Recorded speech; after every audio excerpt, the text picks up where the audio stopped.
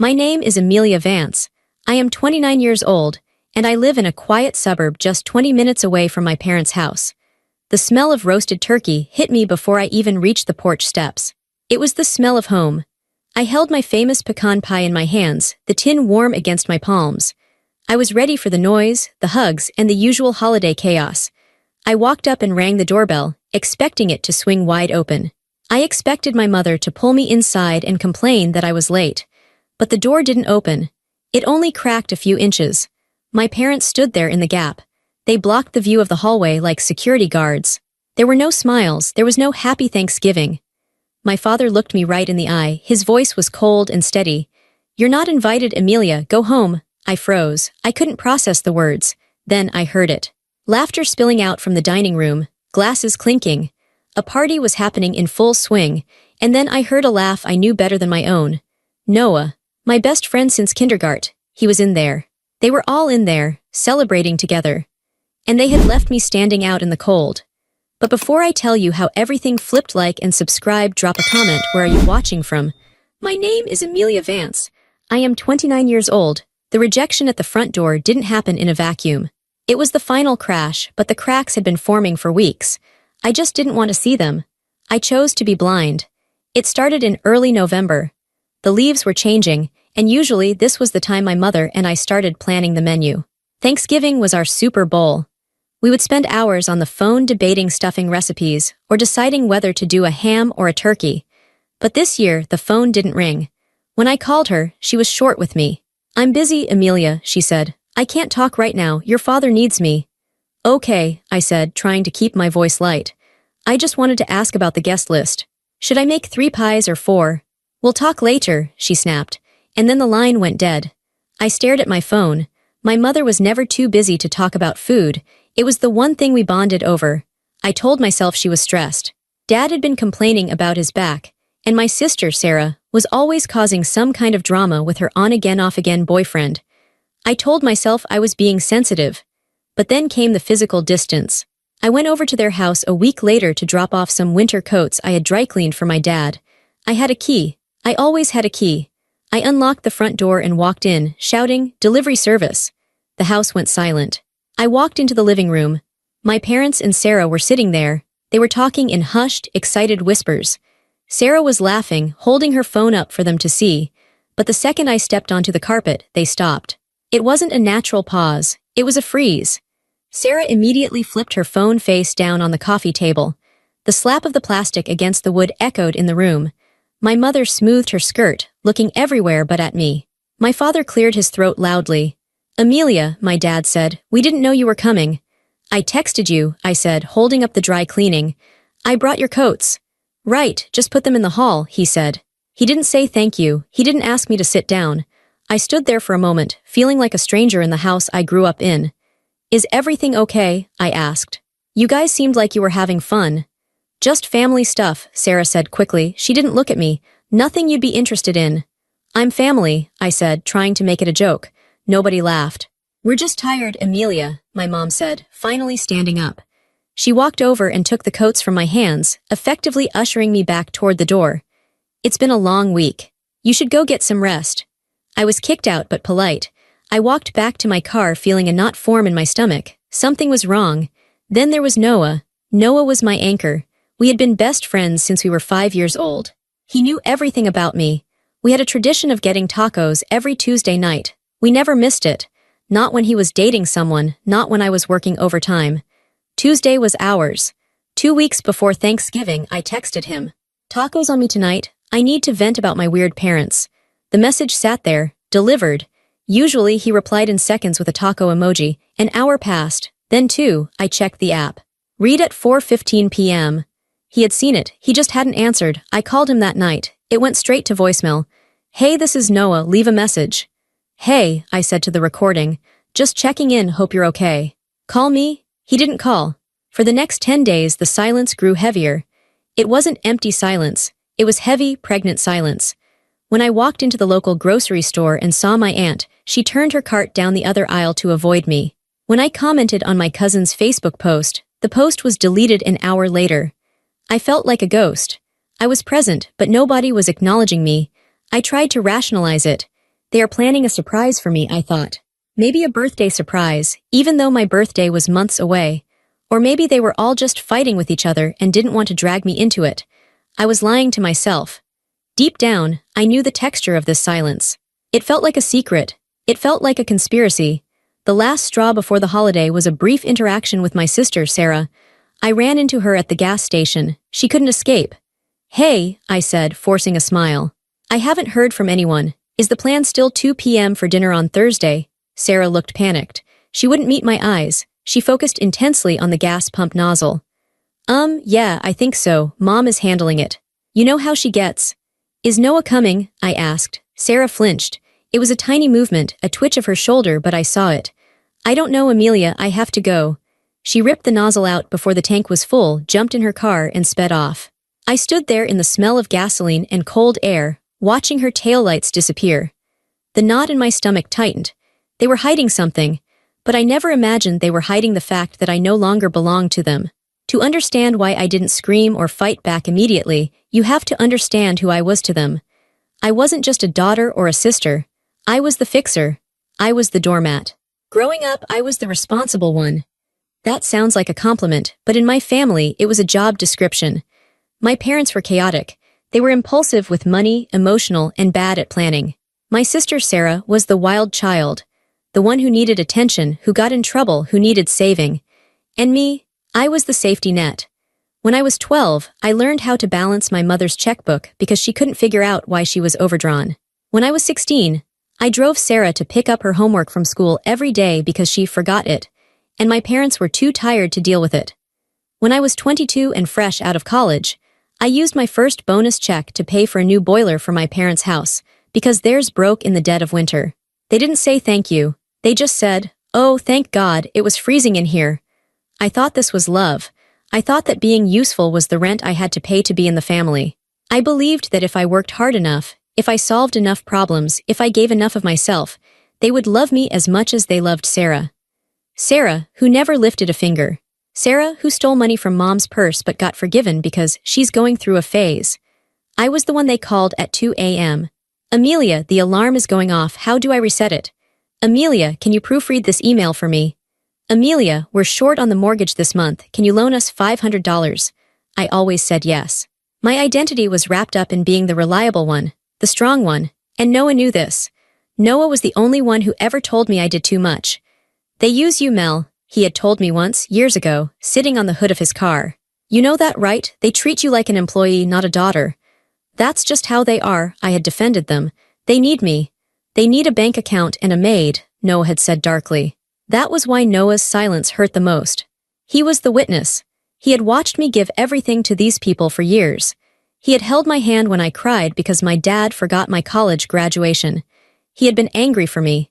So, as Thanksgiving approached, I fell back into my role. Even with the weird silence, even with the distance, I went into fixer mode. I assumed they were stressed about money. That was usually the trigger for their weird behavior. So I went shopping. I bought the expensive wine my dad liked. I bought the high-end ingredients for the side dishes. I spent $300 at the grocery store, thinking, if I bring the best food, if I make everything perfect, the tension will go away. We will be a happy family again. I baked 4 pies, pecan, pumpkin, apple, and a chocolate silk pie just for Sarah. I spent the Wednesday before Thanksgiving alone in my kitchen, rolling out dough. My back ached. My hands were covered in flour. I imagined walking into their house the next day. I imagined them seeing the pies. I imagined my mom saying, "Oh, Amelia, you saved the day." I imagined my dad pouring me a glass of wine and saying, "Good to see you, kid." I imagined Noah giving me a hug and whispering, "Sorry I was busy, work was crazy." I was crafting a fantasy to cover up the reality. I wanted to be the hero of the holiday. I didn't realize that in their version of the story, I had already been written out of the script. I wasn't the hero. I wasn't even a guest. I was just the resource they had finished draining. The truth didn't hit me all at once. It came in small, sharp pieces, like shards of glass working their way out of a wound. It happened 2 days before Thanksgiving. I had gone to my parents' house one last time, unannounced, to drop off a heavy bag of potatoes so I wouldn't have to carry them on Thursday. When I pulled into the driveway, I saw a car I didn't recognize, a sleek black sedan. It was parked next to my dad's truck. I walked to the front door, but it was locked. I used my key. The house was empty. The car outside must have belonged to a friend of Sarah's, or maybe a neighbor. But as I walked into the kitchen to put the potatoes on the counter, I saw it. My mother's iPad was sitting on the kitchen island. The cover was folded back. The screen was lit up. I wasn't a snoop. I respected privacy. But the screen was bright, and a notification banner dropped down right as I looked at it. It was a text message from my Aunt Linda. MSG. Don't worry, he has no idea. This is going to be perfect. I froze. Did she mean my dad? Was this a surprise party for Dad? Curiosity got the better of me. My heart started to hammer against my ribs. I touched the screen. It didn't have a passcode. My mom could never remember them, so I had set it to swipe to unlock for her years ago. I opened the messaging app. The thread wasn't just with Aunt Linda. It was a group chat. The name of the group chat was Thanksgiving 2 No Drama. I scrolled up. My breath hitched in my throat. I saw a picture. It was a photo of the guest list handwritten on my mother's stationery. I zoomed in. Mom, Dad, Sarah, Aunt Linda, Uncle Bob, the Millers. Noah. My name wasn't there. I felt a cold sweat break out on the back of my neck. I kept scrolling, my finger trembling against the glass. Mom, I'm just worried she's going to show up anyway. Amelia is so pushy. Sarah, she won't. I was weird with her at the gas station. She thinks we're just busy. Uncle Bob, did Noah talk to her about the plan? We need to make sure she doesn't crash it. Noah, I haven't answered her calls in 2 weeks. She has no clue. Don't worry, I'm handling it. I stared at Noah's name. I stared at his words. I'm handling it. He wasn't just ignoring me. He was part of the coordination. He was the gatekeeper. Then I saw the message that broke me. It was from my father. Dad, let's just enjoy one holiday without her. She's too much lately, always acting like a martyr. I just want a peaceful dinner without her keeping score. A martyr, keeping score, is that what they called it? Is that what they called 20 years of cleaning up their messes? Is that what they called paying for their heat? Is that what they called driving them to doctor's appointments? I dropped the iPad back onto the counter. The clatter sounded like a gunshot in the quiet kitchen. I felt sick, physically sick. I wanted to vomit. They weren't just excluding me. They were laughing about it. They were strategizing against me like I was an enemy combatant. Like I was a disease they needed to quarantine. And Noah, my Noah, the person who knew all my secrets, he was in on it. He was assuring them that he was handling me. I backed out of the kitchen. I didn't leave the potatoes. I took the bag with me. It was a petty, small thing, but I couldn't leave them anything. I drove home in a daze. I didn't cry. I was in shock. I sat on my couch and stared at the wall for 3 hours. I replayed every interaction, every favor, every moment of my life with them. They don't love me, I realized. The thought was simple and devastating. They tolerate me when I am useful. And right now, they just want to have fun without the reminder of who pays the bills. But the betrayal wasn't done. The emotional knife was deep, but the next discovery would twist it. The next morning, the day before Thanksgiving, I woke up with a headache that felt like a vice. I had barely slept. I was sitting at my kitchen table, drinking black coffee, trying to decide what to do. Should I confront them? Should I call Mom and scream? Should I text Noah and ask him how he could sleep at night? I checked my mail. I hadn't checked it in a few days because I had been so busy baking for people who hated me. There was a letter from a bank I didn't bank with, First City Credit. It looked like junk mail. Usually I threw these away, pre-approved or low interest rates. But this one looked different. It said urgent. Regarding your overdue balance. I frowned. I didn't have an account with First City Credit. I had zero debt. I paid my credit cards off in full every single month. I was meticulous. I tore the envelope open. Dear Miss Amelia Vance, this is a final notice regarding the outstanding balance of $12,450 on your Platinum Visa ending in 4490. Your minimum payment is 90 days past due. My hands started to shake. $12,000. I grabbed my laptop. I logged into a credit monitoring site, one of those free ones I had signed up for years ago and never checked. I waited for the page to load, my heart pounding in my ears. The dashboard appeared. My credit score, which used to be a perfect 800, was tanking. It was down to 620. I clicked on Open Accounts. There it was. First City Credit Visa opened 8 months ago. Balance, $12,450. Lakeside Auto Loans opened 6 months ago. Balance, $28,000. Quick Cash Personal Loan opened 3 months ago. Balance, $5,000. I couldn't breathe. Someone had stolen my identity. I clicked on the details for the credit card. I looked at the billing address. It wasn't my address. It was 14 Maple Drive, my parents' house. I looked at the auto loan. It was for a new Ford Explorer. My dad had bought a new Ford Explorer 6 months ago. He told me he had come into a little money from an old investment. He had bragged about it. He had taken me for a ride in it. He bought it in my name. He used my social security number. He used my credit history, the history I had built by being responsible, to get loans he couldn't qualify for. And Mom, the personal loan. I remembered 3 months ago she went on a girls' trip with her friends. She said she saved up for it, $5,000 in my name. They weren't just tired of me. They weren't just annoyed by my martyr act. They were stealing from me. They were ruining my financial future while smiling to my face. And the worst part, they assumed I wouldn't check. They assumed Amelia, the good daughter, the one who trusts them, the one who never asks questions, would just not notice. Or maybe they thought that if I did notice, I would just pay it. Because that's what I did. I fixed things. If I found a $12,000 debt, they probably bet that I would just sigh, work extra shifts, and pay it off to protect them. To protect the family. I sat there, the papers scattered on the table. The grief I felt from the text messages evaporated. The sadness was gone. The confusion was gone. In its place was something cold and hard. It felt like steel. I wasn't a daughter anymore. I was a victim of fraud. I picked up the phone. I didn't call my parents. I didn't call Noah. I called the bank. "Hello," I said, my voice steady, sounding calmer than I had ever felt in my life. "I need to speak to the fraud department." "Yes, I want to report identity theft." "No, I don't know who did it." "Actually, wait."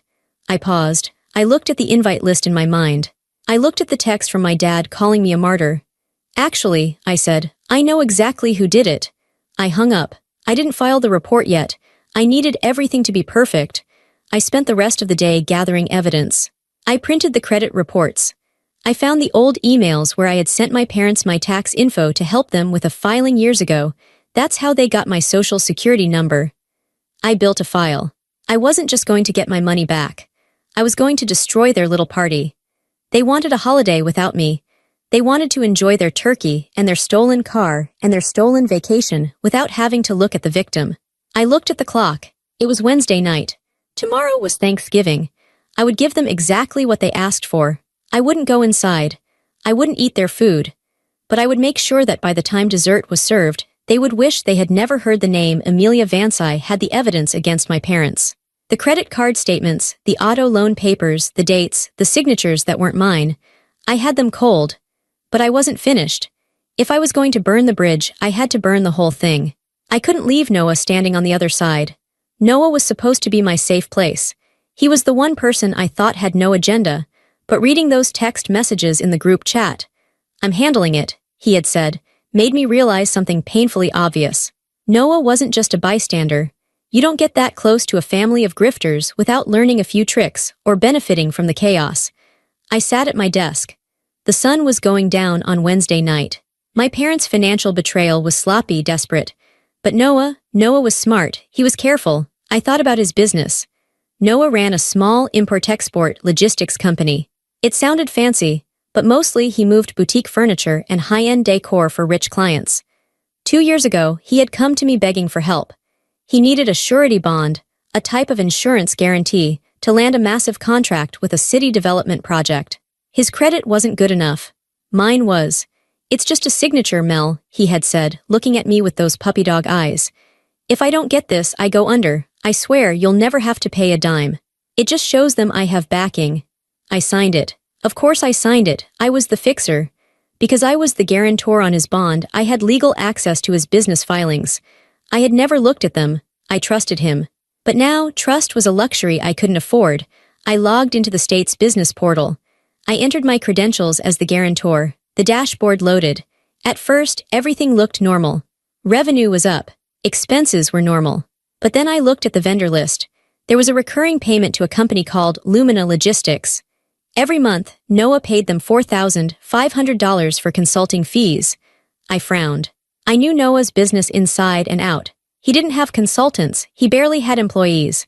I searched Lumina Logistics in the state registry. The owner of Lumina Logistics was listed as Sarah Vance, my sister. My breath caught in my throat. I clicked on the filing history. The address for Lumina Logistics was my parents' house. I pulled up the bank transfer records. Noah wasn't paying a consultant. He was funneling money to my sister. Why? I dug deeper. I looked at the invoices he had uploaded to justify the payments. They were for project management.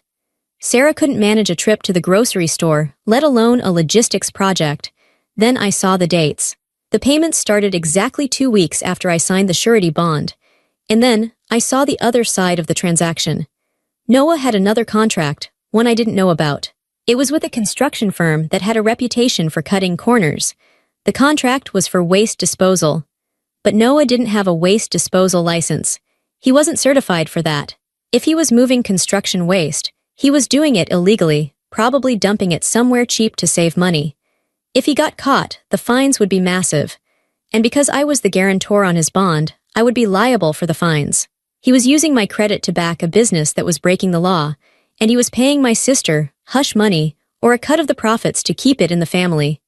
That's why they were all so close. That's why Sarah and Noah were suddenly best friends. That's why my parents loved him. He was their cash cow, and I was the insurance policy. They weren't just using me for labor anymore. They were using my name to underwrite a criminal enterprise. I sat back in my chair. The room was dark now. The only light came from the laptop screen. My best friend was risking my freedom and my financial ruin so he could make a quick buck and buy my sister's silence. I felt a tear slide down my cheek. It was the last tear I would shed for a long time. I wiped it away angrily. I printed everything. The invoices to Sarah, the illegal waste manifests, the bond agreement with my signature. I had a folder for my parents. Now I had a folder for Noah.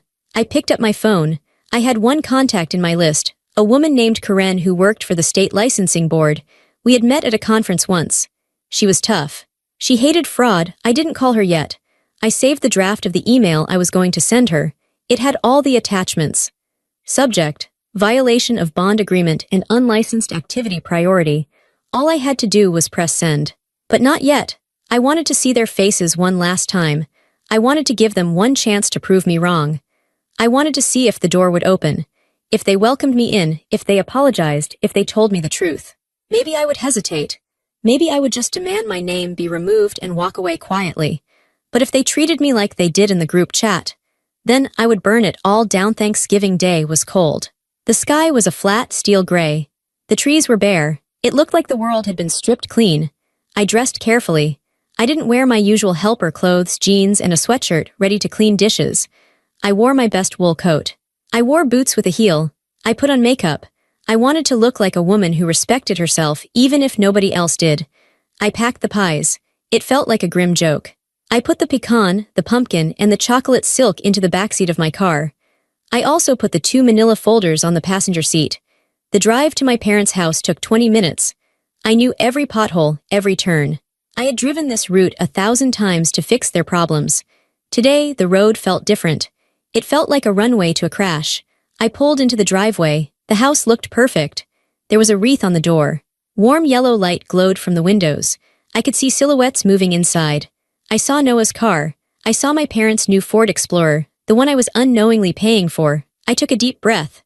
I grabbed the pies. I left the folders in the car. I walked up the path. The concrete was cracked. I remembered telling my dad I would pay to fix it next spring. I stepped over the crack. I reached the door. I could hear music. Jazz. My dad loved jazz. I could hear Sarah laughing. It was a high, shrieky laugh. I rang the doorbell. The noise inside didn't stop, but the movement changed. The shadows near the window froze. Someone peered through the peephole. I waited. The lock clicked. The door opened, but only a few inches. The chain was still on. My mother's face appeared in the crack. She didn't look happy. She looked annoyed. She looked like a salesperson had just interrupted her dinner. "Amelia," she said. "Hi, Mom," I said. I held up the pies. "I brought dessert and the potatoes." She didn't open the door further. She glanced back over her shoulder. My father stepped up behind her. He looked angry. His face was flushed, like he had already had a few drinks. "What are you doing here?" he asked. "It's Thanksgiving," I said. My voice was calm, but my heart was hammering against my ribs. "I'm your daughter. We told you we were doing something small," my mother said. "Just us." "I see Noah's car," I said. "I see Uncle Bob's truck. It doesn't look small." My father sighed. It was a loud, dramatic sigh. "Look, Amelia. We just wanted a peaceful day. You've been intense lately. We didn't want the drama." "Drama?" I asked. "I fixed your heater last week. I did your taxes. I fill your fridge." See, my father snapped. That's exactly it, you keep score. You hold things over our heads, it's exhausting. He looked me right in the eye. You're not invited, Amelia. Go home, we'll call you next week when you've calmed down. I looked at him. I looked at my mother, who was looking at the floor. Then through the crack I saw Noah. He walked into the hallway, holding a glass of wine. He saw me. He didn't come to the door, he didn't defend me. He made eye contact with me, then turned his back and walked away. That was it. The final piece of evidence. Okay, I said. My father blinked. He expected a fight. He expected me to beg. Okay, I repeated. Happy Thanksgiving. I set the pies down on the doormat, right on the dirty, bristly mat. You can have these, I said. I won't be needing them. I turned around and walked away. I didn't run. I didn't stomp. I walked at a normal pace back to my car. I could feel their eyes on my back. They were probably watching from the window, laughing nervously, thinking that was easier than I thought. She's finally gone. I got into my car. It was cold inside. I looked at the house. It looked so warm and inviting. It was a lie. A beautiful, expensive lie that I had been subsidizing for years. I picked up the manila folders from the passenger seat. I didn't need to look at the papers inside. I knew what to do. I picked up my phone. I didn't drive away yet. I wanted to be here for this. I dialed the number for the fraud department at the bank, the direct line the agent gave me yesterday. This is Amelia Vance, I said. I'm confirming the fraudulent charges. Yes. I want to file the official police report now. The perpetrators are at 14 Maple Drive. Yes, I am willing to press charges. Full prosecution. I hung up. Then I opened my email app. I opened the draft to Karen at the State Licensing Board. Send. I watched the progress bar. Sent. Then I sent one last text message. To Noah subject, the surety bond. Message, I just revoked the bond. And I sent the invoices for Sarah and the waste manifests to the state board. Good luck with the audit. I put the phone down on the dashboard. I waited. It didn't take long. I sat in my car at the end of the driveway, the engine idling quietly. The heater was starting to kick in, blowing warm air on my frozen hands. 5 minutes passed. The house was still glowing. Then, the first domino fell. My phone lit up, Mom calling. I watched it ring. I didn't answer, then again, Dad calling. I let it go to voicemail. I rolled down my window just a crack. I wanted to hear. The front door of the house flew open. My mother stepped out onto the porch. She was holding her phone to her ear, her other hand clutching her chest. Amelia, she screamed. It wasn't a welcoming scream. It was a shriek of panic. Pick up the phone, the cards aren't working. The accounts are frozen. She had tried to order something, or maybe she got the fraud alert notification instantly. Then my father came out. He looked furious. He stormed down the porch steps in his socks. Amelia, he bellowed. What did you do? The police just called me. They said there's a warrant pending. What the hell is this? I watched them. They looked small. They looked chaotic. Then came the third call. Noah, I answered this one. Hello, I said. My voice was calm. Conversational. Mel, what did you do? Noah's voice was trembling. He was breathless. I just got an email from the licensing board. They're suspending my operations immediately. They're launching an investigation. Mel, they're talking about prison time for the waste dumping. Why would you do this? I'm handling it, I said. I used his own words. What? You said you were handling me in the group chat, I said. So I decided to handle you. I revoked the bond, Noah. You're operating illegally as of 5 minutes ago, and I gave them the records of the kickbacks to Sarah. Mel, please, he was crying now. This ruins me. This ruins everything. You ruined me first, I said. You stole my credit. You stole my trust. You stole my family. We were just trying to have a nice dinner, he shouted. And now you can, I said. Enjoy the turkey. I hear prison food is bland, so savor this meal. I hung up. By now, my father was halfway down the driveway. He was red-faced, waving his arms. You ungrateful brat, he screamed. After everything we did for you, you're going to send your own father to jail over money. It's not money, Dad, I whispered to myself. It's my life. I put the car in reverse. My father lunged for the door handle of my car. I locked the doors. Click, he banged on the window. Open this door, fix this. Call them back and tell them it was a mistake.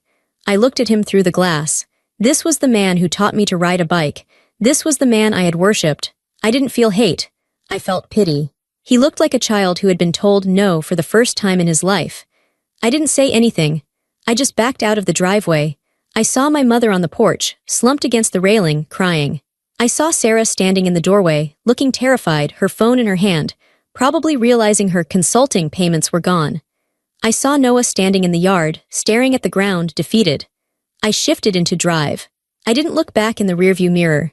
I drove down the street, past the neighbors' houses where other families were gathering, oblivious to the bomb I had just dropped. My phone kept ringing. Mom, Dad, Sarah, Noah, Mom, Dad. I pulled over about 2 miles away. I took the SIM card out of my phone. I snapped it in half. I tossed the pieces into a public trash can outside a convenience store. Then I drove to the highway. The next few weeks were a blur of efficiency. I didn't go back to my apartment except to pack. I stayed in a hotel in the next town over, paid for with cash. I hired a lawyer, a shark. I gave him everything. I want no contact, I told him. I want them prosecuted for the identity theft. I want my name cleared, and I want a restraining order if they come near me. They're your parents, the lawyer said, looking at the file. Are you sure you want to press charges? Usually, families settle this privately. They aren't my family, I said. They are people who stole $45,000 from me and tried to ruin my reputation. Treat them like strangers. The fallout was swift. Because I had provided so much evidence, the police didn't have to do much digging. My father was arrested for fraud and forgery. My mother was named as an accomplice. Noah's business was shut down within 48 hours. The EPA got involved because of the illegal dumping. The fines were astronomical. He lost his house. He lost his truck. Last I heard, he was facing 3 years in minimum security. They tried to reach me. Oh, they tried. My email inbox filled up with pleading messages. We're sorry, we were desperate. How can you do this to us? We're family. I didn't read past the subject lines. I forwarded them all to my lawyer to add to the harassment file. I sold my furniture. I broke my lease. I packed my life into the back of my car, my real car, the one I paid for. I transferred my job. My company had a branch in Denver. It was 1,000 miles away. Mountains, clean air, a place where nobody knew my last name. The day I left, I stopped by the post office to set up my mail forwarding. But I didn't forward it to my new address. I forwarded it to a P.O. box in a different state, which would then forward to my lawyer. I wanted to be a ghost. I drove out of town on a Tuesday. I drove past the grocery store where I used to buy their food. I drove past the school where I used to pick Sarah up. I drove past the park where Noah and I used to eat tacos. I felt a phantom pain, like an amputated limb. I missed the version of them I had created in my head. I missed the parents I wanted to have. I missed the Noah I thought existed. But I didn't miss the reality. The reality was heavy. It was expensive. It was painful. As the city limits sign faded in my rearview mirror, I felt something strange. My shoulders dropped. The tension in my jaw released. The headache that had been behind my eyes for 10 years vanished. I turned on the radio. I sang along. I was alone. I had no safety net. I had no people. But I also had no debt that wasn't mine. I had no secrets keeping me up at night. I had no one waiting for me to fail. I was vanishing from their lives, but for the first time I was appearing in my own. 5 years later. The mountains in Denver are beautiful in November. They are dusted with white, sharp against the blue sky. I have a small house now. It's not big, but it's mine. The deed has my name on it and only my name. I have a dog named Buster. He's a rescue. He doesn't ask for anything except food and belly rubs. He's the most loyal male I've ever known. It's Thanksgiving morning. The kitchen smells like rosemary and garlic. I'm not making a turkey. I never really liked turkey. I just made it because my dad liked it. I'm making lasagna. Homemade pasta, rich meat sauce, 3 kinds of cheese. It's my favorite food. There is no chaos. There is no screaming. There is no pile of coats in the hallway. I have friends coming over at 4 p.m. Not family who are obligated to be here. Friends. People I met at the dog park, people from work, a neighbor who teaches pottery. People who know me as Amelia the project manager, Amelia the hiker, Amelia who makes great lasagna. They don't know Amelia the victim. They don't know Amelia the fixer. I told them the basics. I'm not close with my family. They respected it. They didn't pry. I pour myself a glass of wine. I stand by the window and look out at the snow. I know what happened to them. My lawyer gives me an update once a year. My father got probation and community service, but his credit is ruined. They lost the house on Maple Drive. They live in a small apartment now. Sarah works at a diner. Noah moved away after he got out of jail. He works construction now, labor only, no management. They are still paying me back. Every month, a check for $150 arrives at my lawyer's office. It's court-ordered restitution. At this rate, they will be paying me until they are 90. I don't need the money. I donate it to a charity that helps victims of financial abuse. But the checks are a reminder that I won. I didn't win by screaming louder than them. I didn't win by playing their games. I won by refusing to play. I hear a car pull up. Buster barks happily. My friends are here. I walk to the door. I don't hesitate. I don't look through the peephole with fear. I swing the door wide open. Come in, I say. Happy Thanksgiving. The cold air rushes in, but it doesn't chill me. The house is warm. The laughter that fills the room is genuine. I look at the table set for 6. I look at the wine glasses catching the light. I think back to that woman standing on the porch with the pies, begging for scraps of love from people who wanted to starve her. She seems like a stranger to me now. A sad, tired stranger. I raise my glass to her in my mind. You did it, I tell her. You walked away. And that was the greatest twist of all. They thought I was nothing without them. But it turned out I was everything without them.